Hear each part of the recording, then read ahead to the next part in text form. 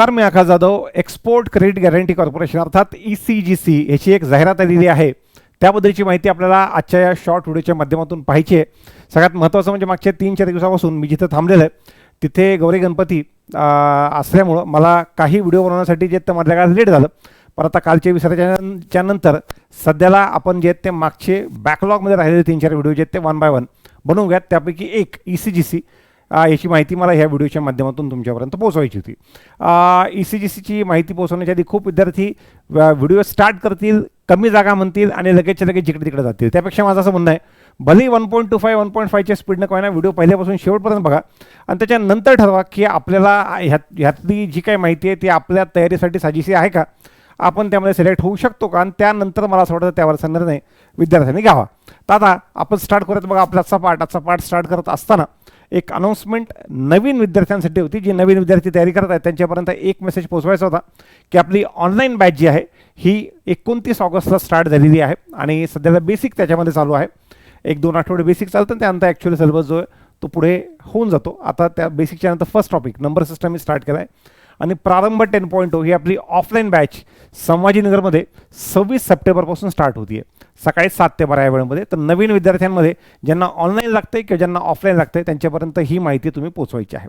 आपण आपल्या व्हिडिओ रिव्ह्यूत बघा जी महत्त्वाची माहिती आहे ही मी आपल्या ऑब्वियसली 2 पार्टमध्ये आपण जसा व्हिडिओ घेतो तसाच व्हिडिओ सध्याला घेतो आहे. पहिल्या पार्टमध्ये PDF आणि दुसऱ्या पार्टमध्ये जो पार्ट PDFमध्ये तेवढ्या क्लिअरली मेन्शन नाही तो वाला पार्ट आपण बघूयात.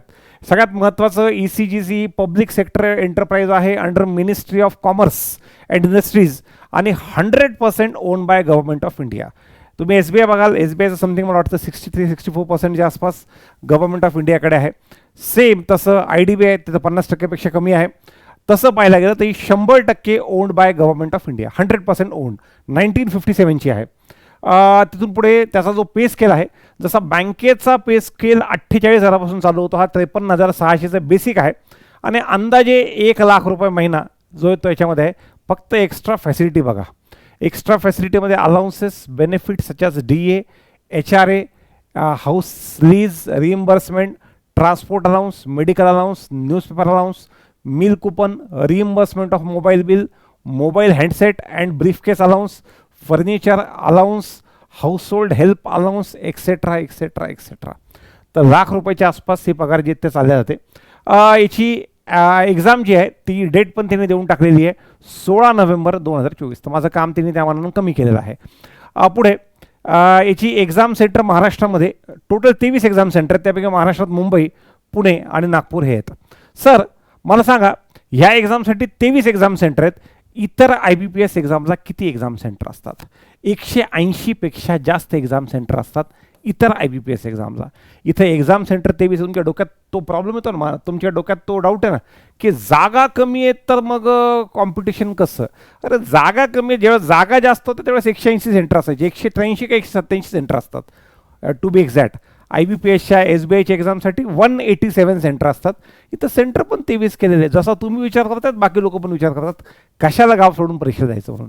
तर आपल्याकडे तुम्हाला मुंबई, पुणे आणि नागपूर असे तिन्ही पण एक्झाम सेंटर आहेत. आणि माझा अंदाज, तुम्ही महाराष्ट्रातल्या कोणत्याही शहरातले असाल, मला असं वाटतं ह्या 3पैकी एका शहरापासून तुमचा जो ट्रॅव्हलिंग टाईम आहे हा मला वाटत नाही ओव्हरनाईटपेक्षा जास्त असेल. 7 तास ते 10 तासाच्या आत 3पैकी कोणतंही एक शहर तुम्ही गाठू शकत असाल, एवढं जास्तीत जास्त अंतर जे ते असेल.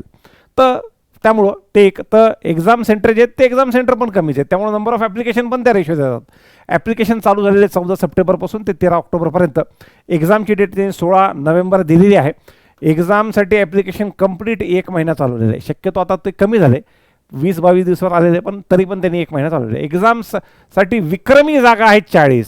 जेवढी ऑर्गनायझेशन तेवढ्याच जागा असणार. अजून काय, जेवढी ऑर्गनायझेशन तेवढ्या जागा, 40 जागा आहेत. त्याच्यामध्ये PWDच्या वेगळ्या वेकन्सीज ॲड करायच्या 2.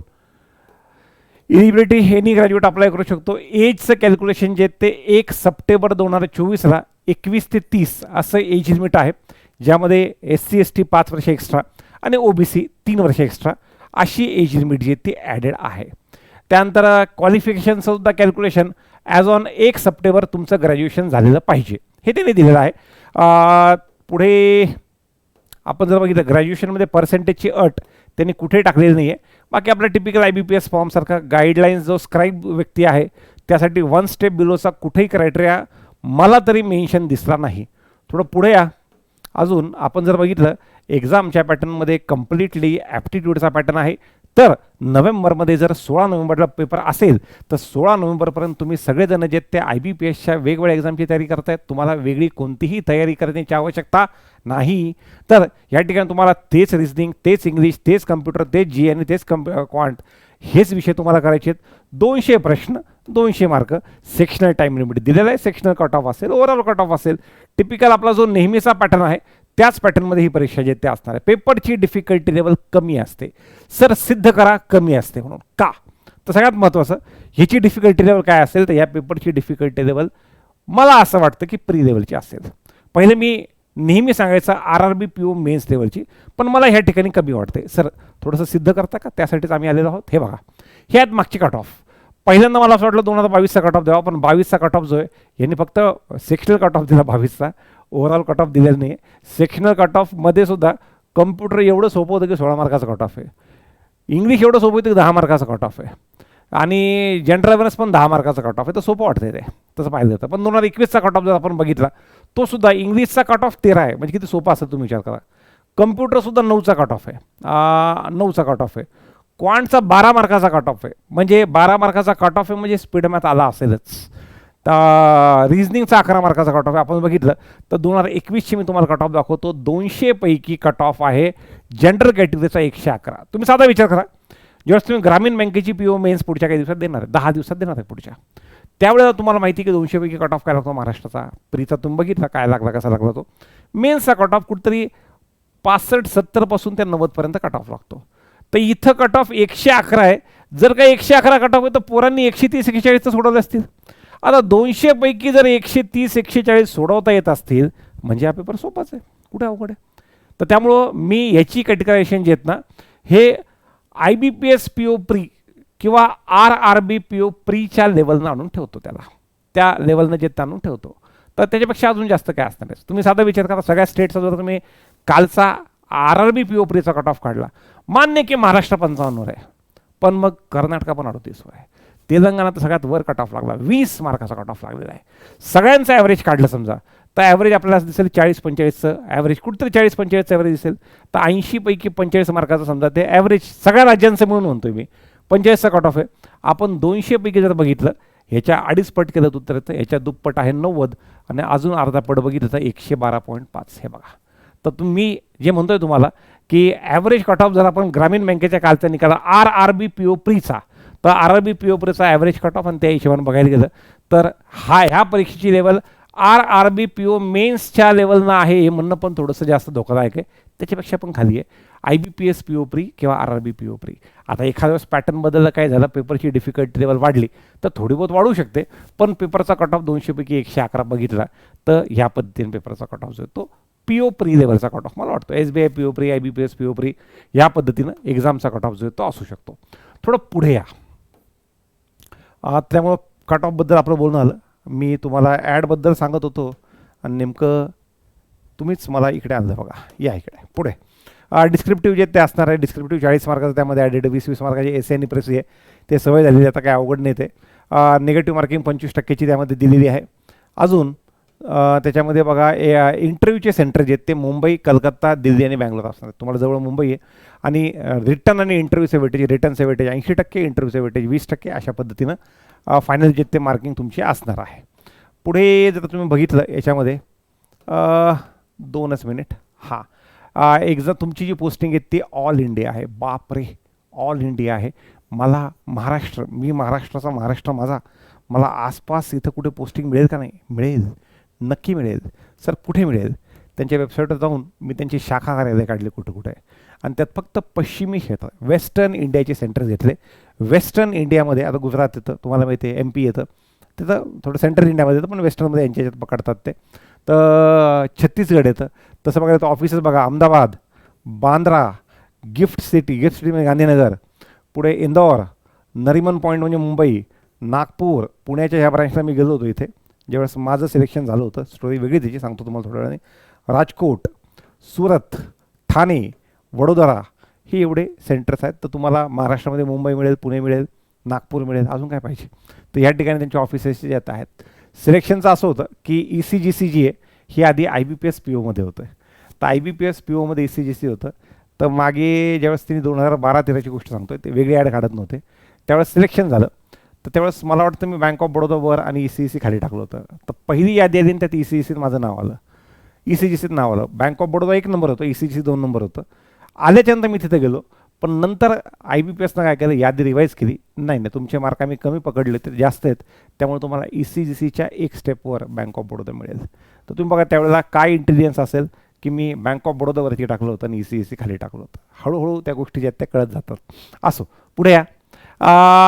तर हे ब्रँचेसबद्दल आपण डिस्कस केलं. अजून थोडंसं पुढे. हां, ECGCचा जे तुमचं बॉन्ड असणार आहे तो 3 वर्षाचा असेल आणि जर का तुम्ही तोडला तर तुम्हाला 3 महिन्याचा पगार जो तो त्या ठिकाणी भरून तुम्हाला जाता येईल 3 वर्षाच्या आत जर तुम्ही सोडलं तर. पण का सोडणार? ₹1,00,000 महिना, ₹12,00,000 वर्षाची नोकरी आपण का सोडतो? 12 लाखाच्या वरती 15-18 लाखाची मिळत असेल सोडतो. 18 लाखाची मिळाली आणि 3 महिन्याचा 3 लाख पगार जरी गेला तरीसुद्धा तो काही खूप मोठा अमाऊंट नसेल. ज्या वेळेला ही नोकरी सोडून तुम्हाला नवीन नोकरी जॉईन करायची असेल त्यावेळेच्या हिशोबानं बोलायचं केलं तर. तर असं बायोमेट्रिक व्हेरिफिकेशन बाकी सगळ्या गोष्टी ज्या आहेत ते तुम्ही ज्या इतर IBPSच्या एक्झामला करतात बिलकुल त्याच पद्धतीने आहे.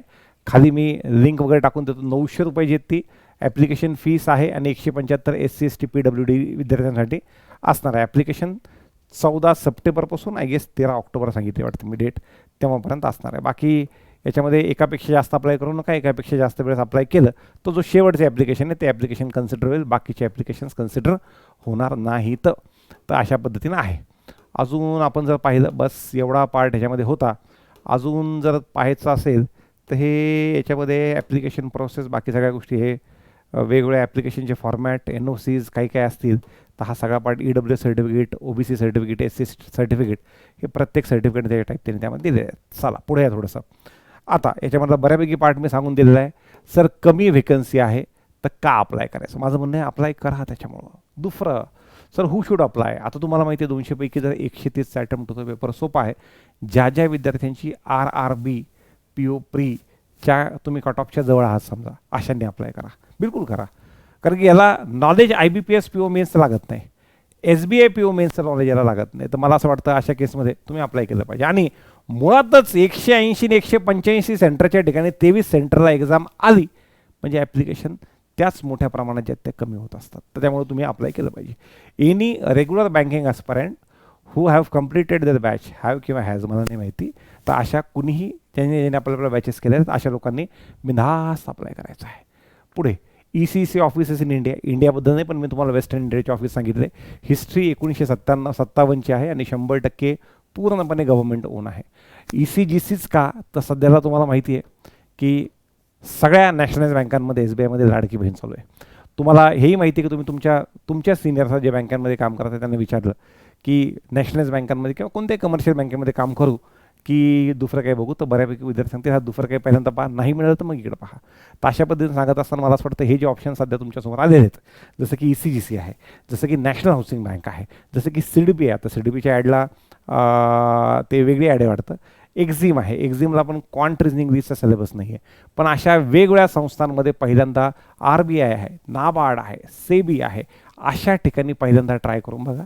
नाहीच तर मग इन्शुरन्समध्ये या. तसं हे बघायला तर हे इन्शुरन्सचाच एक पार्ट आहे, पण इन्शुरन्समध्ये जनरल इन्शुरन्स आहेत, लाईफ इन्शुरन्सच्या कंपन्या आहेत, त्याच्यामध्ये बघा. तिथून नाही तर मग कमर्शियल बँकांमध्ये एंट्री करायची अशा पद्धतीला. सर हा अनुभव आता जे SBI CBO वगैरेसाठी जागा निघतात त्यासाठी चालतो का? पण इथून तुम्ही SBI CBO का जॉईन करणार? माझा पहिला प्रश्न आहे. नाही सर मग ग्रामीण बँकेसाठी चालतो का? ग्रामीण बँकेसाठी चालेल, कारण की त्यात फायनान्शियल सेक्टरमध्ये आहे.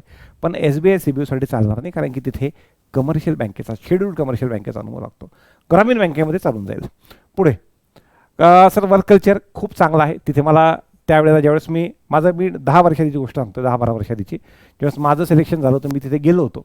त्यांच्या FC रोडच्या एक्झॅक्ट समोर ऑफिस होतं. FC कॉलेजच्या फर्ग्युसन कॉलेजच्या एक्झॅक्ट समोर ऑफिस होतं. तिथे मला दिनेश मांजरेकर म्हणून सर ते भेटले होते. त्यांनी मला ह्याबद्दल खूप चांगलं ब्रीफ केलं होतं. वर्क कल्चर, वर्क प्रेशर जे की नसल्यास जमा आहे. त्यांनी त्यावेळेला 10 वर्षात सांगितलं होतं की मी त्यांना IPO विचारलं होतं. तर ते म्हणे की अजून अशा काही चर्चा नाही, पण एखाद्या वेळेस आलं तर येऊ शकतं. मागचं 10 वर्ष झालं या ECGCमध्ये कसलाही IPO आलेला नाही. अजून प्रमोशन आणि पोस्टिंग जे आहेत त्या पोस्टिंगबद्दल मी तुम्हाला सांगितलं, वेस्टर्न रिजनला तुम्हाला सहज मिळेल. रिझन काय, आपल्याकडची मुलं अप्लाय करत नाहीत. तुम्ही बघा कर्नाटकाचा कट ऑफ तुमच्यासारख्या लोकांनी समजा अप्लाय केलं नसतं तो 38 नाही, तो 32 एक राहिला असता, 33 राहिला असता. तुम्ही अप्लाय केलं म्हणून तो 38पर्यंत गेलेला आहे. आसपासच्या राज्यामध्ये जागा असतील तुमच्याकडे नसतील, तर आता ती वेळ आलेली की तुम्हाला बाकी ठिकाणच्या जागासुद्धा ग्रॅब करायच्या. तर तिथे आता अशा ठिकाणी जास्त करून नॉर्थ इंडियाची मुलं अप्लाय करतात, आपल्याकडची मुलं करत नाहीत. तर अशा वेळेला एक ऑपॉर्च्युनिटी ते लूज करतात. तर ते होऊ नये म्हणून तुम्हाला हे करायचं आहे.